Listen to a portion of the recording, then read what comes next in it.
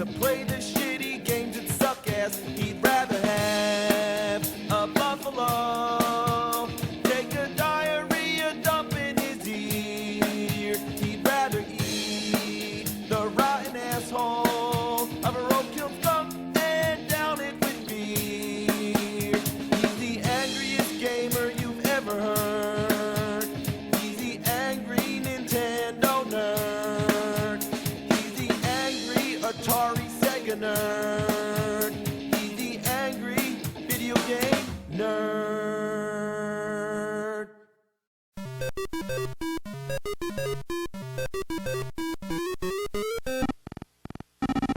Atari, ah yes, a name so dearly loved from the golden age of history. A magical time when there was no internet, no cell phones, just electronic video games.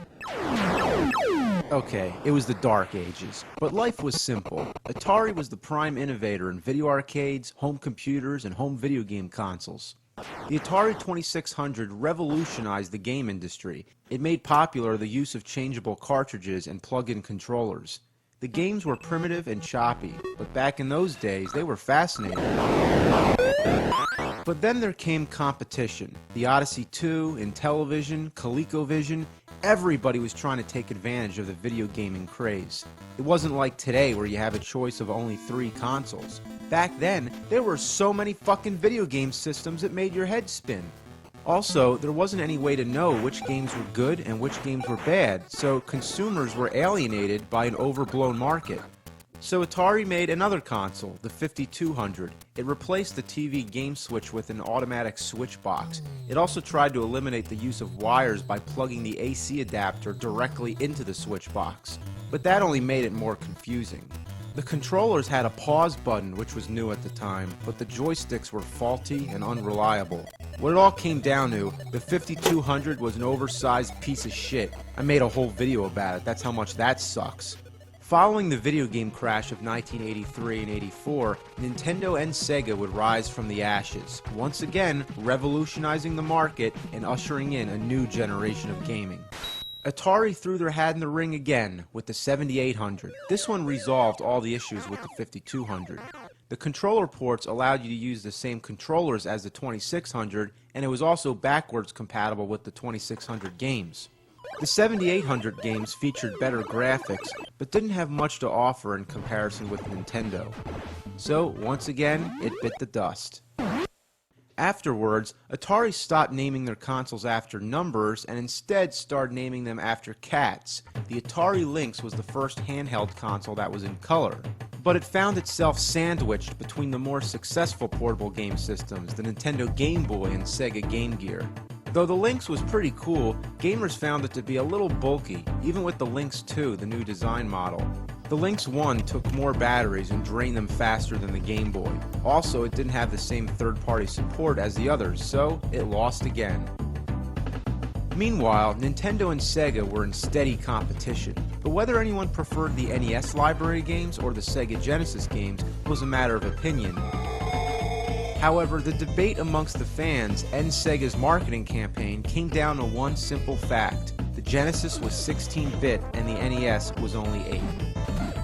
This started a little trend I like to call the Bit Wars. Nobody ever talked about bits before that, and nobody ever talked about bits since. And what are bits anyway? Nobody knew, they're just bits. Try explaining that to your parents. Oh, I want a Super Nintendo for Christmas. Don't you already have a Nintendo? Yeah, but this one's 16-bit. What's that? I don't know. Other than it meaning the graphics were better, that's all we cared about. But the Bit Wars brought down our sense of gaming to numbers. People began to care more about the graphics and less about the actual gameplay. It was to the point that some consoles even used a number of bits in their name, like the TurboGrafx 16 and the Nintendo 64. But in 1993, one console would come along to remind us that bits aren't everything. It was the Atari Jaguar, and it was announced as the first 64-bit game system. We were like, damn, 64? That's like 4 times the bits! Even the official advertising slogan said do the math.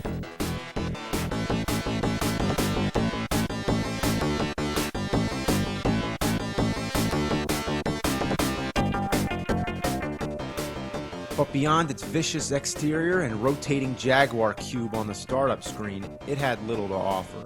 Gamers who were suckered in found a mediocre library of games and graphics that failed to impress. The controllers were huge and they had keypads, much like the ColecoVision and Intellivision. And like those, there were overlays which sometimes come in handy, but for most games, they're unnecessary. The cartridges don't have end labels, so I had to make my own. Seriously, is there any good reason not to have end labels? I guess instead to have these weird handles. What's the point? Do I really need that extra grip?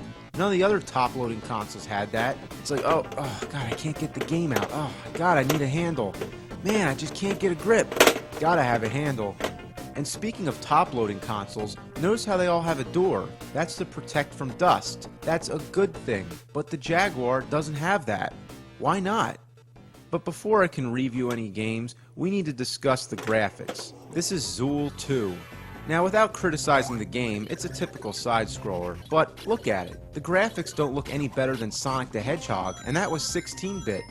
Maybe a bad choice of game, so let's give it the benefit of the doubt and try something else. Brutal Sports Football. Another okay game. Once again, the graphics aren't too impressive. Where'd the other 48 bits go? Let's try Checkered Flag. This showcases the graphic capabilities a little more, just the fact that it puts you into a three-dimensional environment. But compared to F-Zero on Super Nintendo, 48 bits less, but a million times more appealing to the eye. Now look at Cybermorph. It's a flying game with polygon graphics.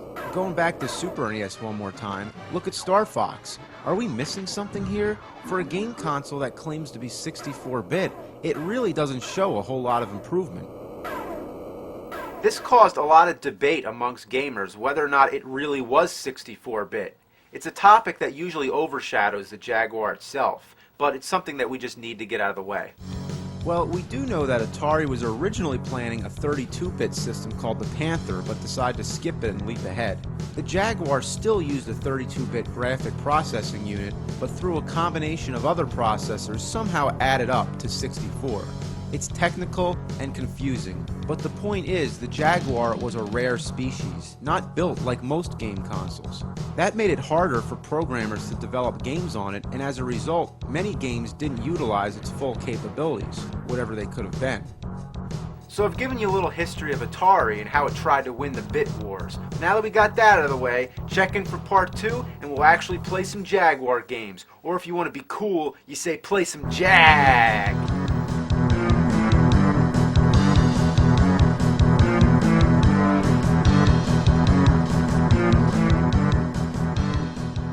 Check in for part 2 and we'll play some Jag.